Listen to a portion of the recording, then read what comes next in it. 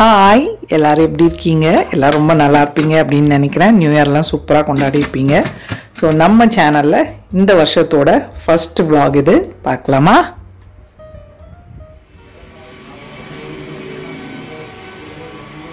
டெட்டுமா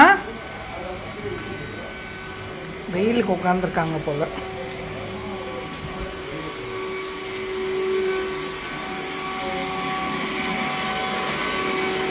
கைப்புள்ள வேலை பார்த்துட்ருக்கு. அண்ணும் அங்கேருந்து ஏற்கனவே அங்கே கொஞ்சம் வச்சுருந்த சாமானும் சேர்த்து எடுத்துகிட்டு வந்திருக்கா. ஒரு சூட்கேஸ் எடுத்துகிட்டு போனால் இது ஒன்று எக்ஸ்ட்ரா.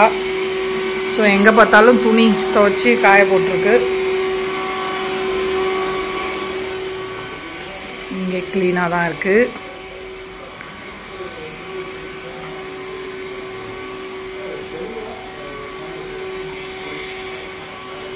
ஸோ சமையல் செய்யலாமா? சாதம் வச்சு விட்டுருக்கேன். இந்த குக்கர் பற்றி ஒருத்தர் கேட்டிருந்தீங்க. ரொம்ப யூஸ்ஃபுல்லாக இருக்குது. இது வாங்கி கிட்டத்தட்ட 3-4 வருஷம் ஆகுது. டெய்லி சமையல் இதில் தான். ஒரே ஒரு தடவை ஏதோ சின்ன ப்ராப்ளம் வந்தது. ஃபோன் பண்ணால் சர்வீஸ்காரங்க வந்து உடனே சரி பண்ணி கொடுத்துட்டு போனாங்க.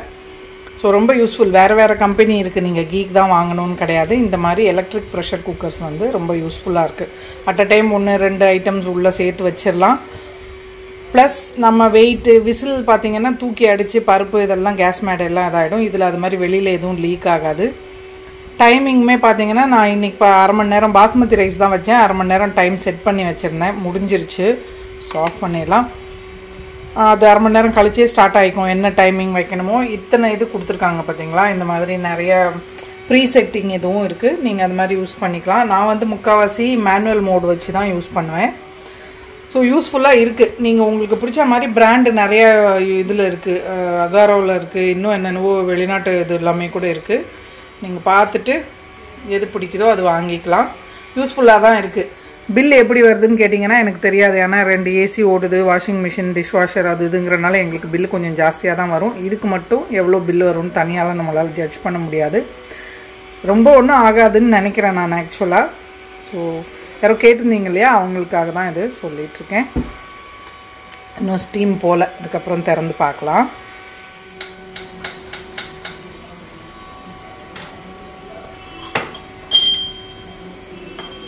இஞ்சி பூண்டு இடிச்சு எடுத்துக்கலாம்.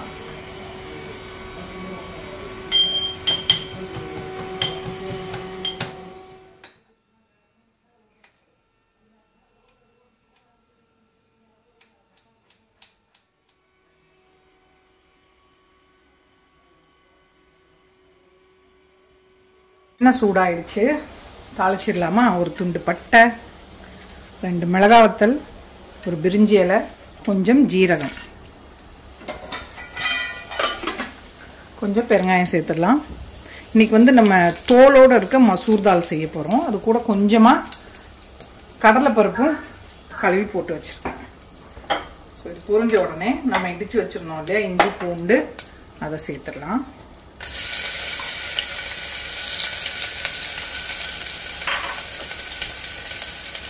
ரெண்டு கொத்து கருவேப்பிலை லைட்டாக வதக்கிடலாம்.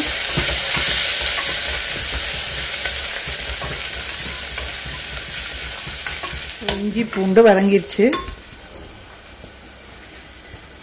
வெங்காயம் பச்சை மிளகாய் சேர்த்துடலாம்.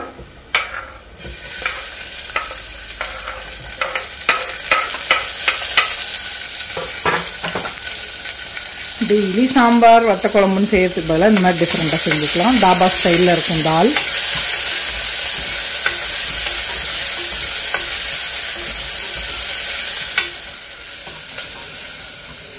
வெங்காயம் லைட்டாக வதங்கிடுச்சு. தக்காளி சேர்த்துக்கலாம்.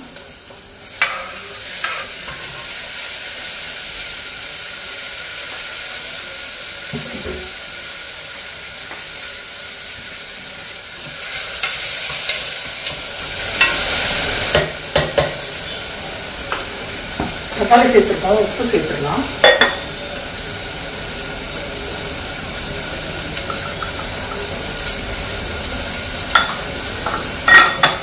நைட்டுக்கு ராகி தோசைக்கு மிக்ஸ் பண்ணி வச்சுருக்கேன். ஒரு 2-3 கரண்டி தோசை மாவு இருந்துச்சு. அது கூட ராகி மாவு உப்பு சேர்த்துட்டு கலந்து வச்சுருக்கேன். ஸோ நைட் வரைக்கும் கொஞ்சம் புளிச்சிரும். நம்ம வெங்காயம் தக்காளிங்கிற வெங்காயம் பச்சை மிளகாய் கருவேப்பிலை எல்லாம் போட்டுட்டு தோசையை சுட்டுக்கலாம். அவ்வளோதான். மாவு தான் அது. கடையில் வாங்கின ராகி மாவு தான். கூடவே ஒரு 2 கரண்டி அரிசி மாவும் சேர்த்துருக்கேன். ராகி தோசை கொஞ்சம் மொறுமொறுன்னு வரும். ஸோ அவ்வளோதான், தக்காளி வதங்கிடுச்சு. இப்போ மசாலா ஐட்டம்ஸ் எல்லாம் சேர்த்துக்கலாமா? கடகடன்னு பேசிக் மசாலா தான். மஞ்சள்தூள், மிளகாத்தூள், மல்லித்தூள், கொஞ்சம் கரம் மசாலா.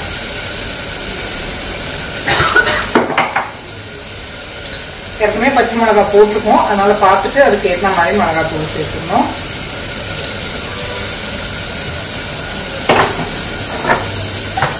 நான் வந்து இந்த ஐஸ்கிரீம்கெல்லாம் ஸ்பூன் கொடுப்பாங்க இல்லையா, 1 டீஸ்பூனோட கொஞ்சம் கம்மியாக இருக்கும். அந்த ஸ்பூன்ஸ் தான் இதில் எல்லாம் போட்டிருக்கேன்.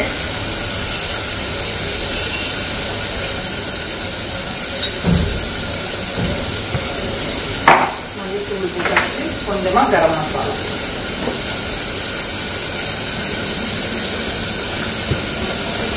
வேடிக்கை பார்க்குறான் பாருங்க பால்கனியில். நம்ம பார்த்தா திரும்பிடுவான். சிட்டு, சிட்டுமா,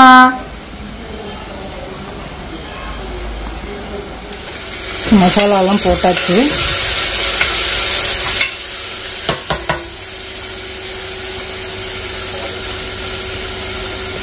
இது பாருங்க, 1 கப்பு மசூர் தால் சொல்லுவாங்கல்ல, தோலோட இருக்கும். அந்த ரோஸ் பருப்போட தோலோட இருக்கிறது. அது கூட ஒரு 2 டேபிள் ஸ்பூன் கடலைப்பருப்பு சேர்த்து ஒரு 10-20 நிமிஷம் ஊற வச்சு வச்சிருந்தேன். இதை இது கூட சேர்த்துக்கலாம்.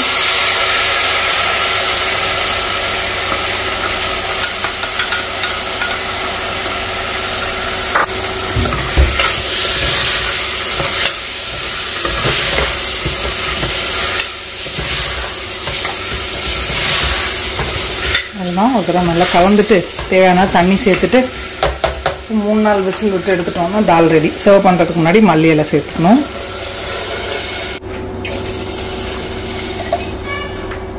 ஸோ ஒரு 2.5லேருந்து 3 கப் அளவுக்கு தண்ணி சேர்த்துக்கலாம். அவ்வளோதான். உப்பு செக் பண்ணிவிட்டு தேவைப்பட்டதுன்னா போட்டுட்டு மூடி போட்டுடலாம்.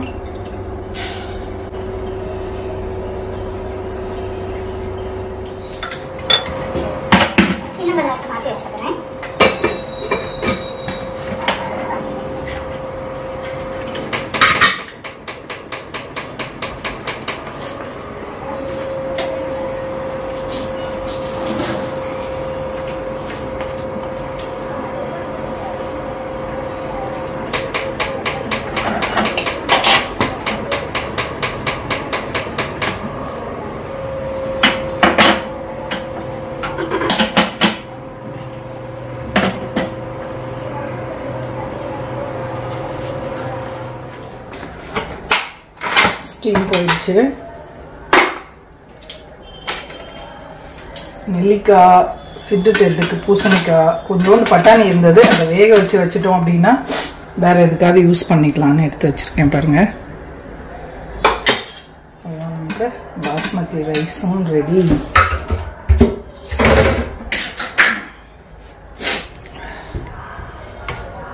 சும்மா 2 நிமிஷத்துக்கு தான் வச்சு விட்டேன். நல்லா உதிரா வந்திருக்கு பாருங்க.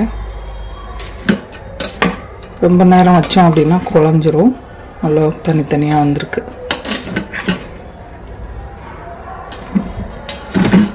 ரெண்டு நிமிஷம் செட் பண்ணிட்டு ஸ்டீமையும் கொஞ்சம் திறந்து விட்டுட்டேன். அப்படியே ஃபுல்லாக அதே இதில் இருக்கட்டும் அப்படின்னு விட்டோம் அப்படின்னா சாதம் வந்து இப்படி உதிரா இருக்காது. நம்ம யூஸ் பண்ணி பழகிட்டோம்னா எப்படி இருக்குன்னு தெரிஞ்சுக்கலாம். அவ்வளோதான். பாருங்க, நல்லா உதிரான பாஸ்மதி ரைஸ்.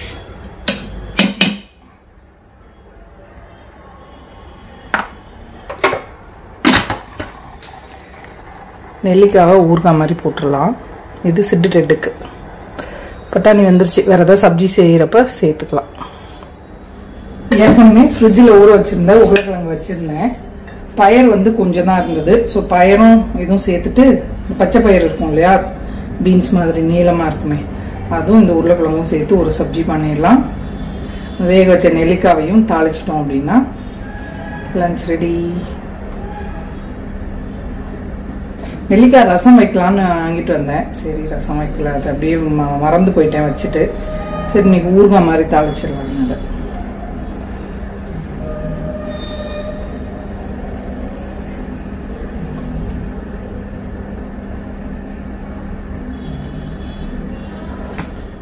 நெல்லிக்காவை விதை எடுத்துடலாம்.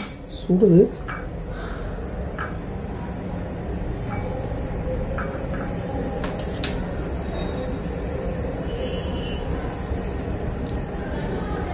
இது பூ மாதிரி மலர்ந்து வருது. ஸோ இதெல்லாம் இந்த மாதிரி உரிச்சு எடுத்துடுறேன்.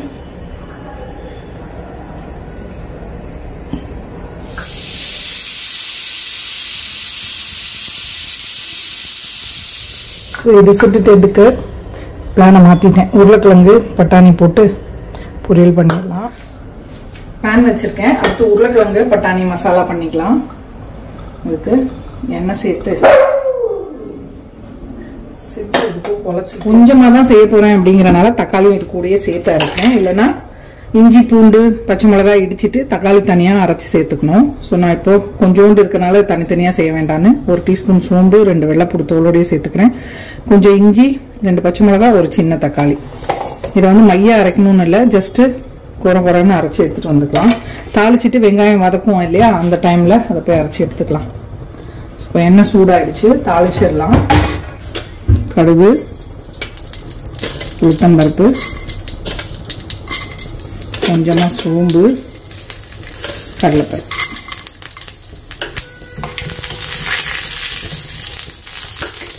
கருவேப்பிலை, ஒரு பல்லாரி வெங்காயம்.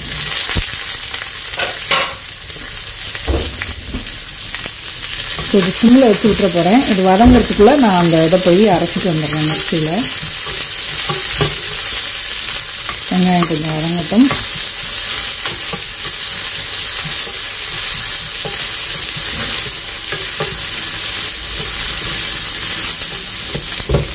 வெங்காயம் கொஞ்சம் வதங்கிடுச்சு. மிக்சியில் அரைச்சிட்டு வந்தோம் பார்த்தீங்களா, இஞ்சி பூண்டு தக்காளி, அதை இது கூட சேர்த்துக்கலாம்.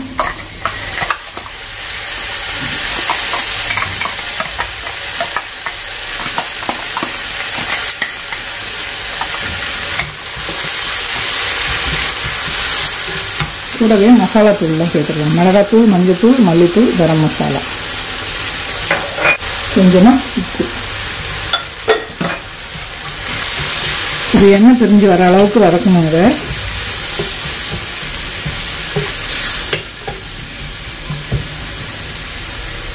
தண்ணி சமைஞ்சிட்டே இருக்கு. மிக்சி ஜார் அலசி தண்ணி சேர்த்துக்கலாம்.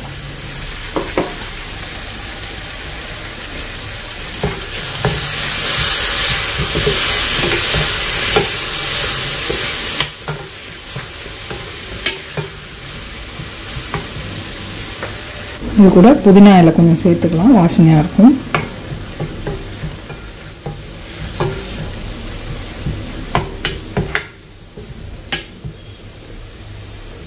இப்போ எண்ணெய் பிரிஞ்சு வர ஆரம்பிச்சிச்சு. உருளைக்கிழங்கும் வேக வச்சுருங்க பட்டாணியும் சேர்த்துடலாம். கல்யாண வீடுகளெல்லாம் கொடுப்பாங்க இல்லையா, அந்த மாதிரியான உருளைக்கிழங்கு பட்டாணி மசாலா.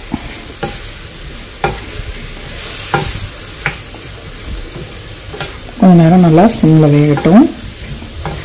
லாஸ்ட்டாக மல்லி இலை தூவிட்டு இறக்கிற வேண்டியதுதான். உப்பு செக் பண்ணிக்கணும், தேவைப்பட்டதுன்னா சேர்த்துக்கலாம். அவ்வளோதான், மல்லி இலை தூவி இறக்கிற வேண்டியதுதான்.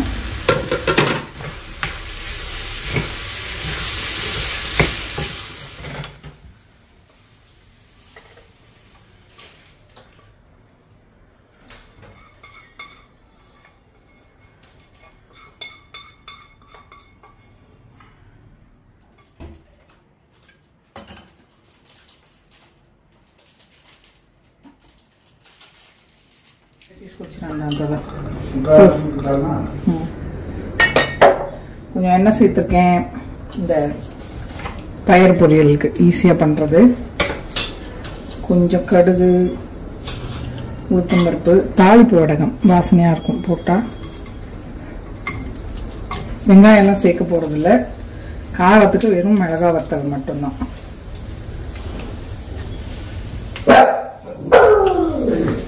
இன்னைக்கு சிட்டு சும்மா சண்டை போட்டுட்டே இருக்கலாம் எல்லாரும் கூடயும். காயில் ஏற்கனவே உப்பு போட்டிருக்கேன், தாளிப்புக்கு மட்டும் கொஞ்சமாக உப்பு சேர்த்துட்டு, இது ஏற்கனவே வேக வச்சிருந்தான், ஜஸ்ட்டு பிரட்டிட்டு எடுத்துட்டா போதும்.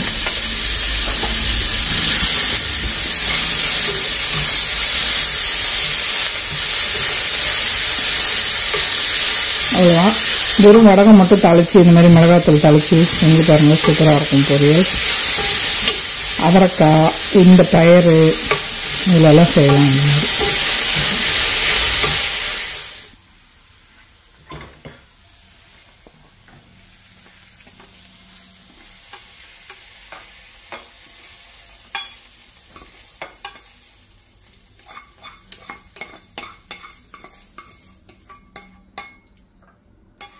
நெல்லிக்காய் ஊறுகாய் பண்ணலாம்.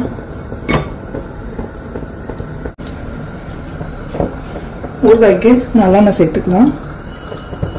ஒரு 2 டேபிள் ஸ்பூன் அளவுக்கு எண்ணெய் சேர்த்துருக்கேன். கடுகு உளுத்தம் பருப்பு தாளிச்சிடலாம்.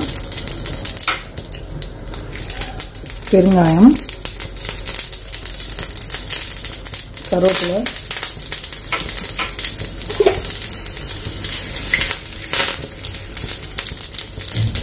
ஆறு நெல்லிக்காய் காட்டினேன் இல்லையா குக்கரில், அது மாதிரி வேக வச்சு வச்சுருந்தேன். நீங்கள் ஆவியில் கூட வேக வச்சு எடுத்து வச்சுக்கலாம்.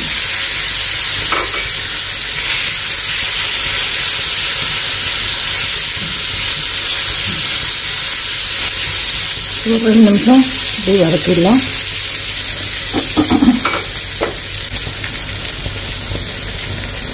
இது கூட உப்பு சேர்த்துக்கலாம்.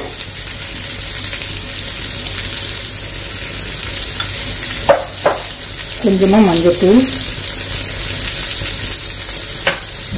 மிளகாத்தூள் காரத்துக்கு ஏற்ற அளவுக்கு,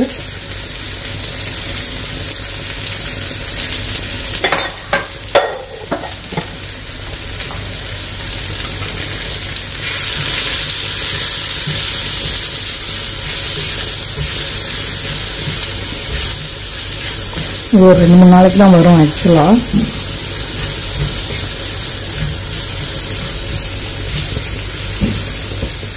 இதில் வறுத்து பிடிச்ச வெந்தயத்தூள் ஏற்கனவே நான் டெய்லி காலையில் வெறும் வயிற்றில் சாப்பிட்றதுக்கு பிடிச்சி வச்சுருப்பேன். ஸோ அது கொஞ்சம் சேர்த்துக்கிறேன். நீங்கள் ஃப்ரெஷ்ஷாக அரைக்கிறீங்கன்னா ஒரு 5-6 கடுகுமே கூட சேர்த்துட்டு அரைச்சிக்கலாம். வறுத்துட்டு வெறும் வானலில் வறுத்து அரைச்சிக்கணும். அதுதான் டேஸ்ட் பேலன்ஸ் பண்ணுறதுக்கு சர்க்கரையோ வெல்லமோ கொஞ்சம் சேர்த்துக்கலாம். இது ஆப்ஷனல். நான் கொஞ்சம் ஸ்வீட்டாக இருக்கட்டும் அப்படின்னு ஒரு 1.5 டீஸ்பூன் அளவுக்கு வெல்லம் சேர்த்துக்கிறேன்.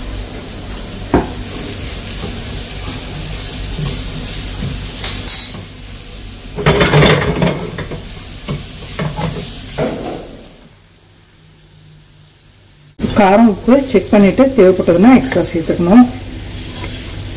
போயிடுச்சு. தால் எப்படி இருக்குன்னு பார்க்கலாம்.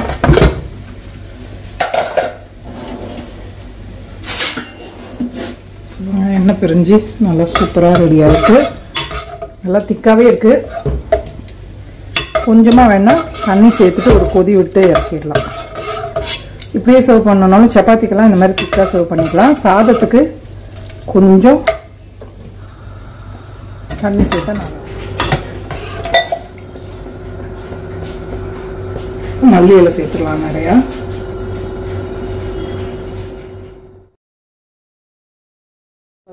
தால் ரெடி.